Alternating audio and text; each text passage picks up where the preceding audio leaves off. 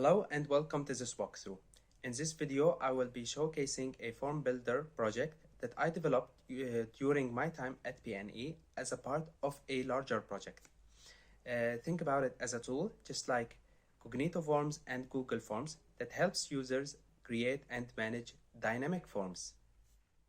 This was a part of a larger system that I was working on, built with React, using TypeScript, Redux for state management, Axios for API calls, Tailwind CSS for styling, and I also implemented Zod for input validations. Although the project was about 80% complete by the end of my contract with the company, I am excited to show you the work that went into it and how the front end integrates with the overall system. Let's get started. Now let's take a look at the main page where users can see a list of saved forms from the database, along with some actions available for those forms. For now, our goal is to create a simple form. To do this, we only need to enter a name for the form, and assigning it to a category is optional. On the back end, once we create the form, it will generate an initial version of the form as a draft. On the front end, we are then redirected to edit this first draft version. When we land on the editing page, the system requests the following data from the back end: form version information,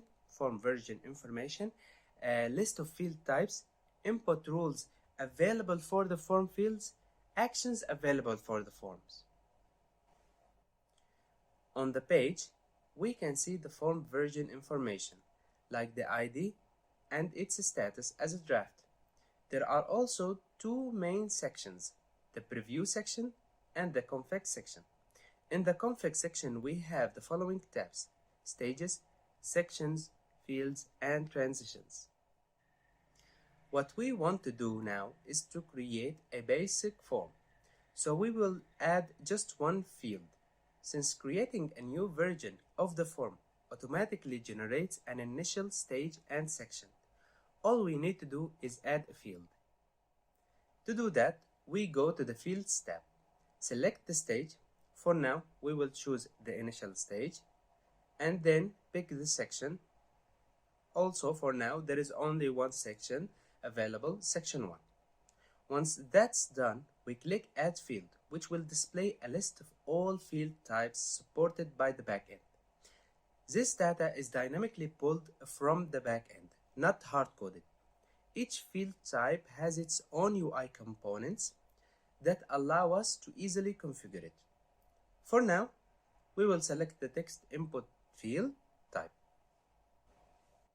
When we add this field, it will appear in the live preview section, so we can see how it looks in real time. On the right, in the config section, we can set up various configuration options for this field, like the label, placeholder, default value, and helper text.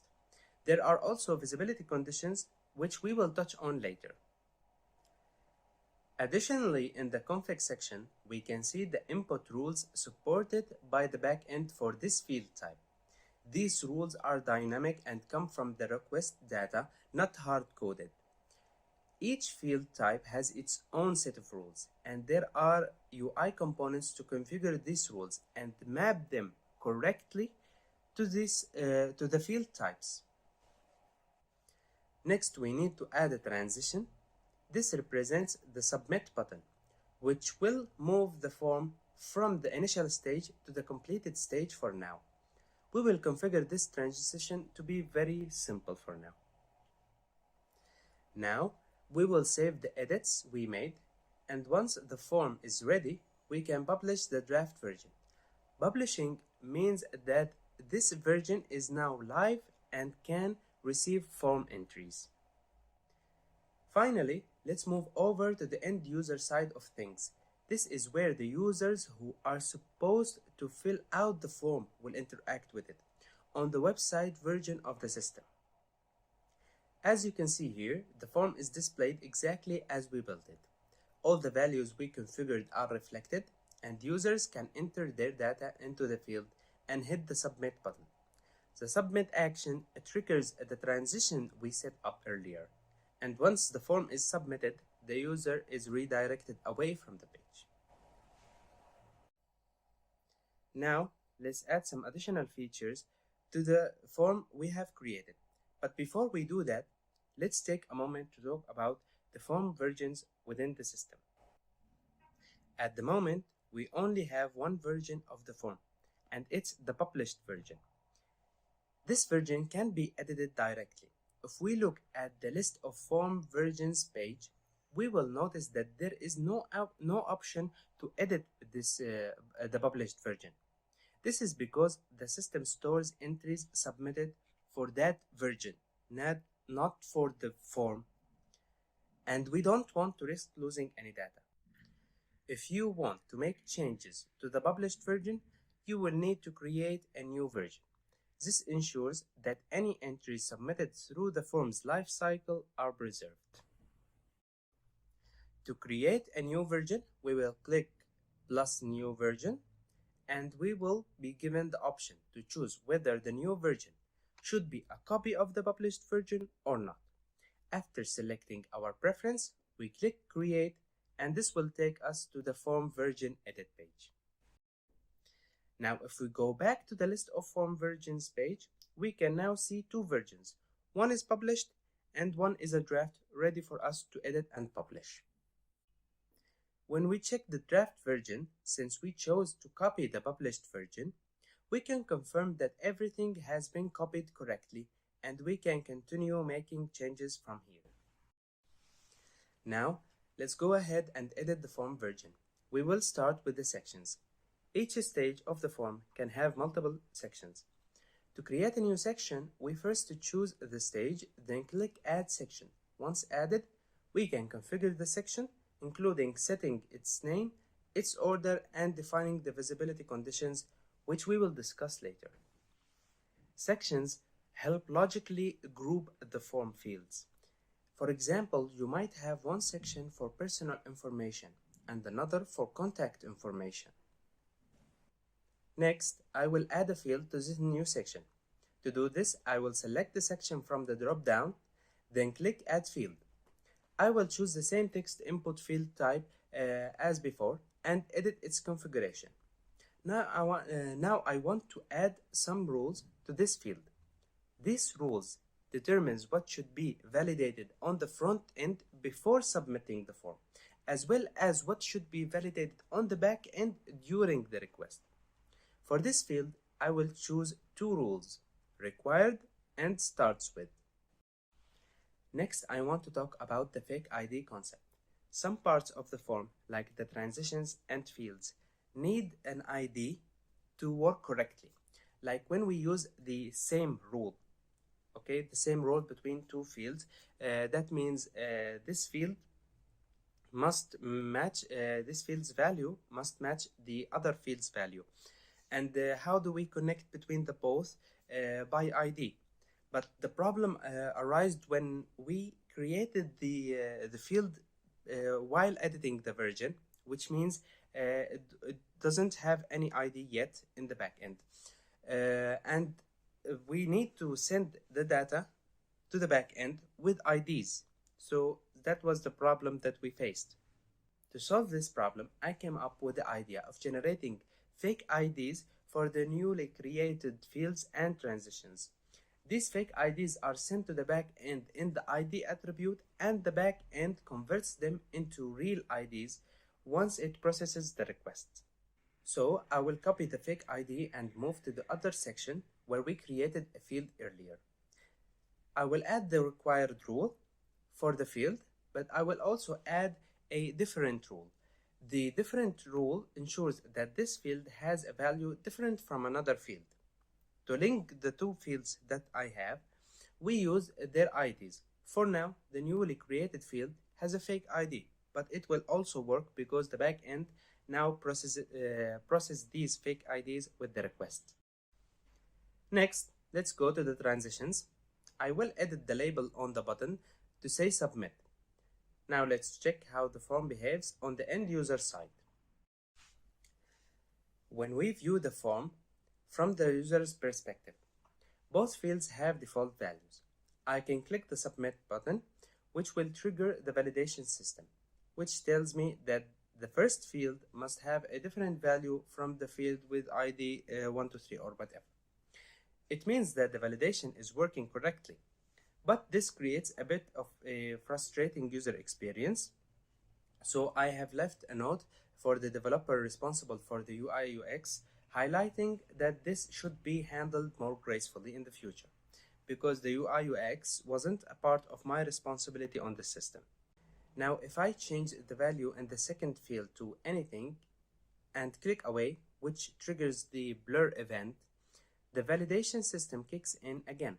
It tells me that the second field should start with default.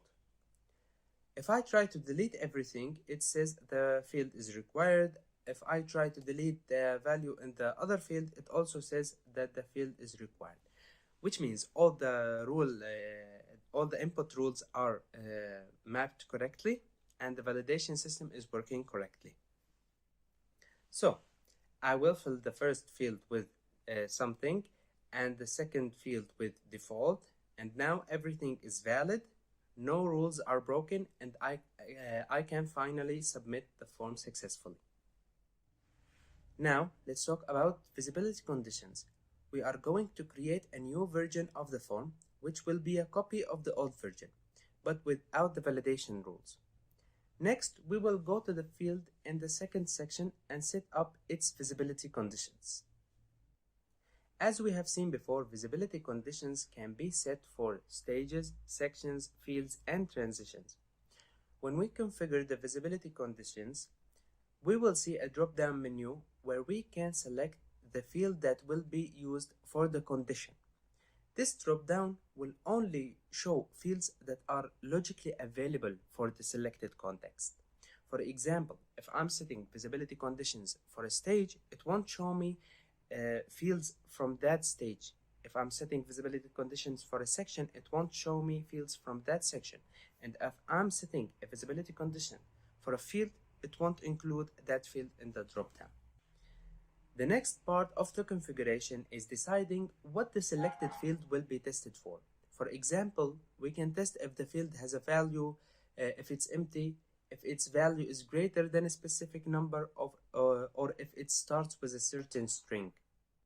I have left a note for the UI UX developer to make this process easier for the users by mapping the fields types with the conditions in the dropdown. For instance, if it's a numeric input, the options in the dropdown will show greater than or less than. And if it's a text input, the options in the dropdown will show starts with, ends with, in list or not in list, etc. The visibility conditions also support two types of conditions: simple conditions, where only one field is tested for one condition; complex conditions, where multiple fields can be tested using either AND or OR logic. For this example, I will set a visibility condition for the field in the personal information section. The condition will be that the field should have a value and starts with HE. Once I have set these conditions, I will save the visibility settings for the field, then save the version and publish it. Let's now check how this works on the end user side. On the user side, we only see one section with one field, and it already has a value which satisfies the first condition, the first visibility condition. However, the second condition isn't met yet. So when I change the value to meet both conditions, which are having a value and starts with HE, the system triggers the visibility engine as soon as I click away from the input, which is the blur event. Once the conditions are met, the other field in the other section becomes visible, and the user can now enter values in it.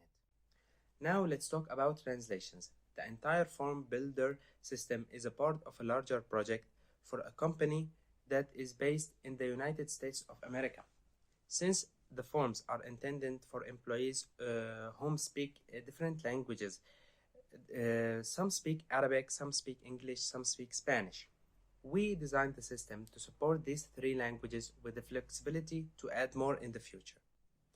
We also wanted to give users the ability to offer translations for their forms, So, if we go to the list of form versions page, we will notice that for each form version, there is a translate button. When clicked, it takes us to the translate version page.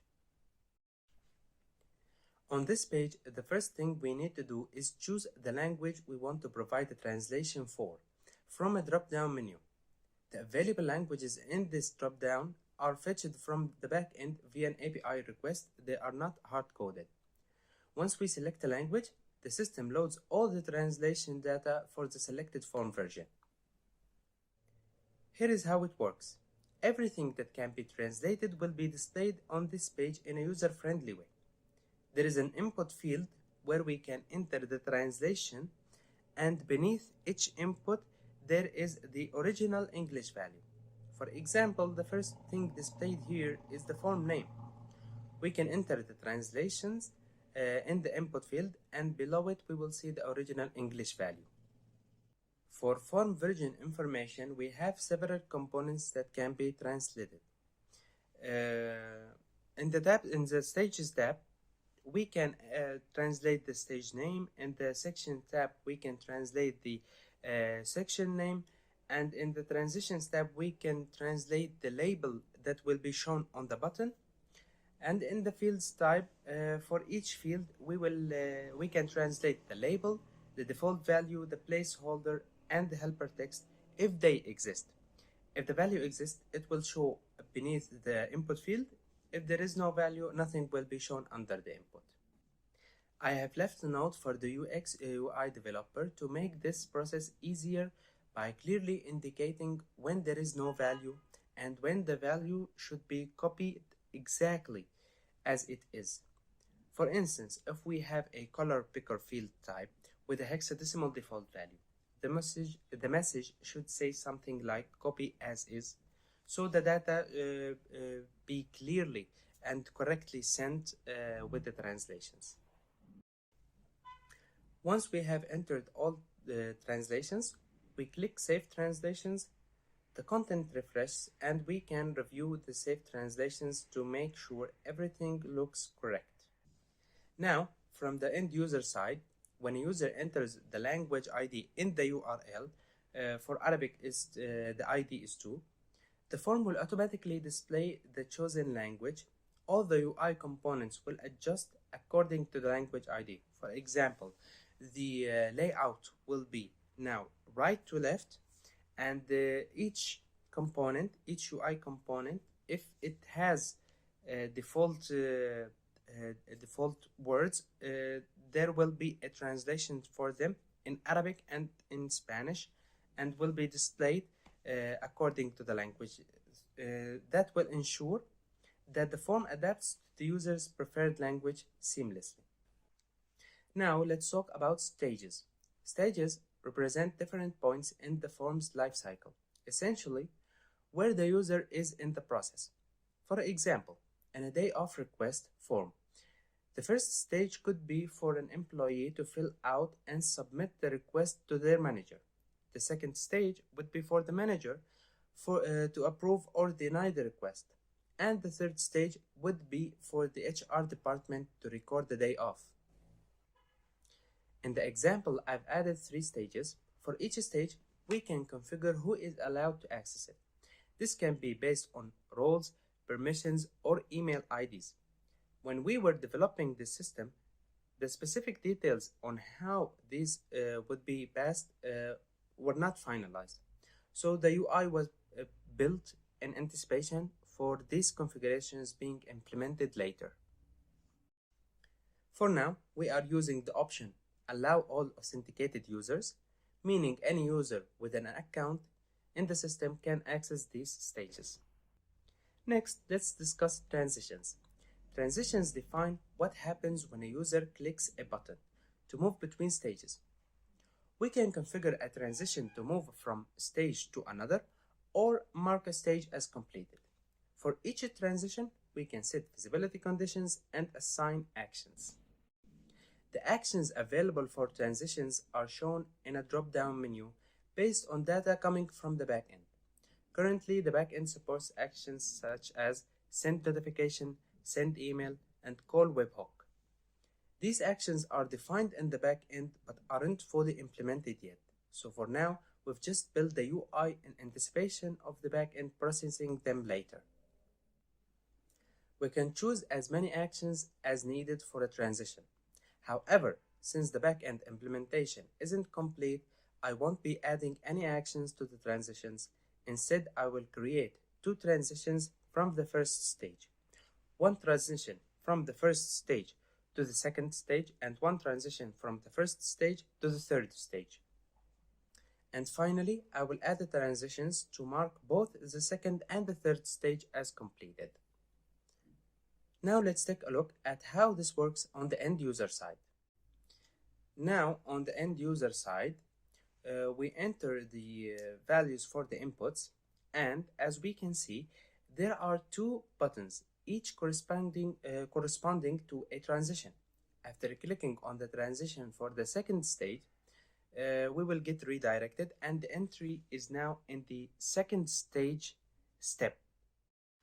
To enter a form version on a stage that isn't the initial one, we need a public identifier. This identifier will be provided by the backend, either through email or notification, but at the time of development, we didn't finalize how it would be passed, and we used the public identifier for better security.